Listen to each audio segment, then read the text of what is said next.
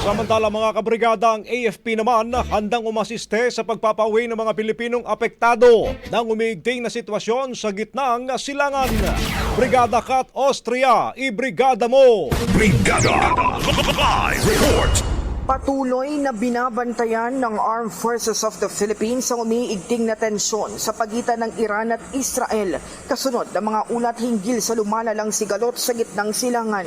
Ayon kay AFP spokesperson Colonel Francel Margaret Padilla, nakatutok ang militar sa anumang pagbabago sa sitwasyon upang agad na makapagtugon, lalo na sa mga hakbang na may kinalaman sa seguridad ng mga Pilipino sa mga apektadong lugar. Dagdag pa niya, susunod ang AFP sa mga patakaran at desisyon ng higher authorities sa anumang aksyon na may kaugnayan sa patuloy na krisis sa rehiyon. Tiniyak din ng AFP na prioridad ng pamahalaan ng kaligtasan at posibleng repatriation ng mga Pilipinong nasa Middle East sa gitna ng tensyon.